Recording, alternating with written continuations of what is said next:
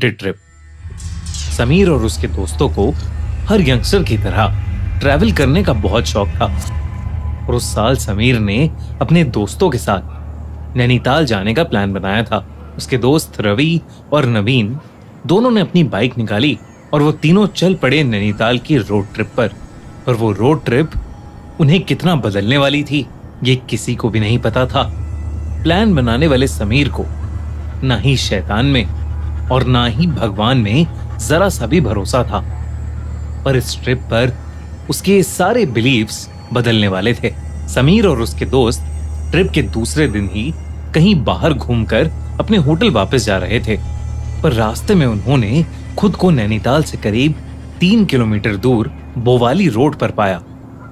वहां पहुंचते पहुंचते शाम हो चली थी और सूरज ढलने में अभी भी करीब 1 घंटा बाकी था। अपने खुराफाती दिमाग के चलते उन्होंने वो जगह एक्सप्लोर करने की सोची और इसी के चलते उन्होंने अपनी बाइक एक बहुत पुराने लोहे के गेट के सामने रोक दी। उस गेट की हालत बहुत खराब थी और वहां दूर दूर तक कोई आदमी नहीं था। बोवाली रोड पर ब्रिटिश एरा में बना कब्रिस्तान अपने इतिहास की वजह से बहुत मशहूर था।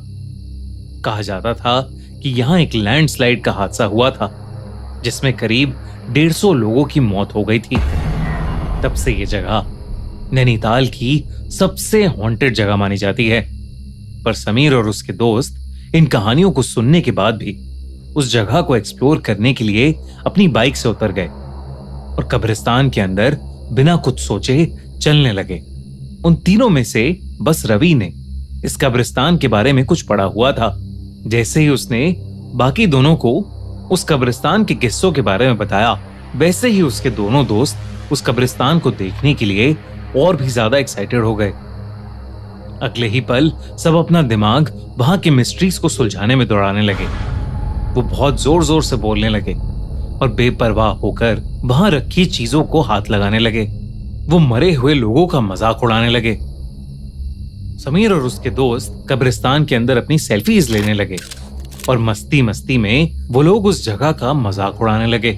अनजाने में ये सब करते हुए उन्हें हल्का सा भी अंदाजा नहीं था कि इसका अंजाम कितना बुरा हो सकता था। Years ago, I had a premonition. I saw what death was about to do. I saved a lot of lives that night. Grandma started a chain reaction. Death is coming for us because we were never supposed to exist. This book will show you everything you need to know to keep our family safe. I've been following Death for years. He's back to finish what he started.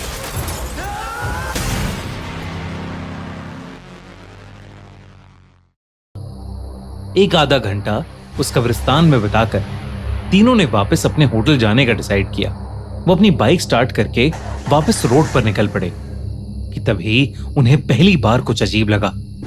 बस 1 kilometre के drive के बाद ही समीर और उसके दोस्तों को एक बहुत ही अजीब सी थकान होने लगी और उन्हें अपने पूरे शरीर में बहुत तेज दर्द महसूस होने लगा। वो दर्द धीरे धीरे और बढ़ने लगा, मानो उनके शरीर से कोई उनकी जान निकाल रहा हो।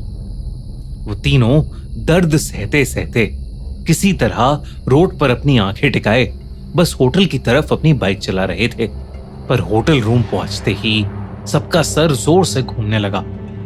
माथा ऐसा गर्म हो गया था कि जैसे किसी ने कोई जली हुई मोमबत्ती उनके सर पर रख दी हो। वो तीनों बुखार से कांपने लगे और तब उन्हें पहली बार अपने साथ किसी के होने का एहसास होने लगा, जैसे वो अकेले नहीं है और उनके साथ उस कब्रिस्तान से कोई और भी आया हो। तभी रवि को रूम के शीशे में दिखा कि कुछ काले साए समीर और नवीन के अंदर से उनकी जान खींच रहे हैं और वो लोग धीरे धीरे बेहोश हो रहे हैं।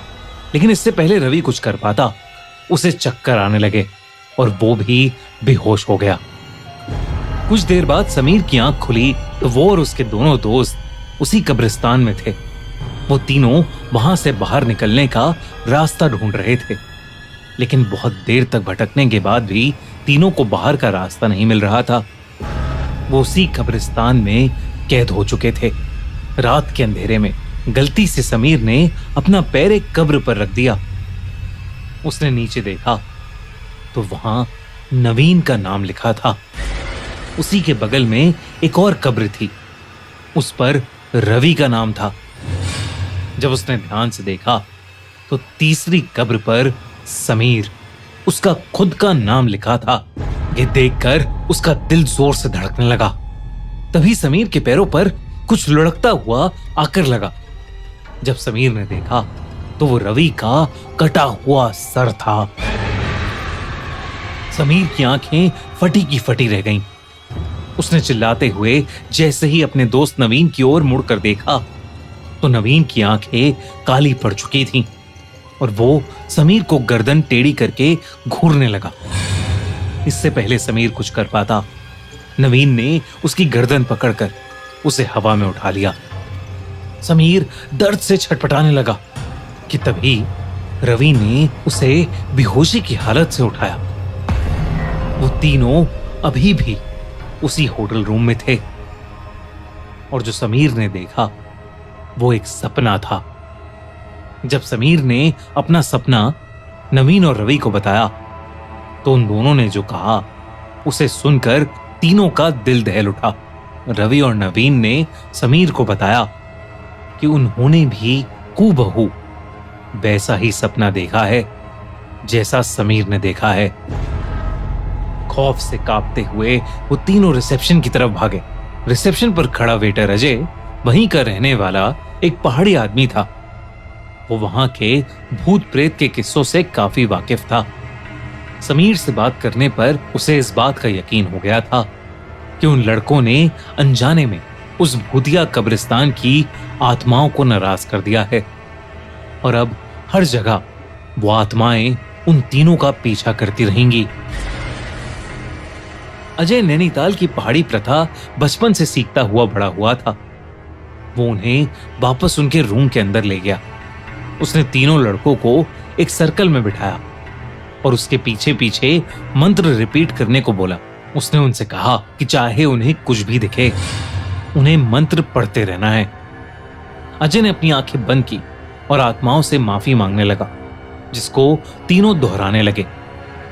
और तभी उन तीनों को दिखा कि कई काले साए हवा में उनके आसपास मंडरा रहे हैं, चक्कर लगा रहे हैं।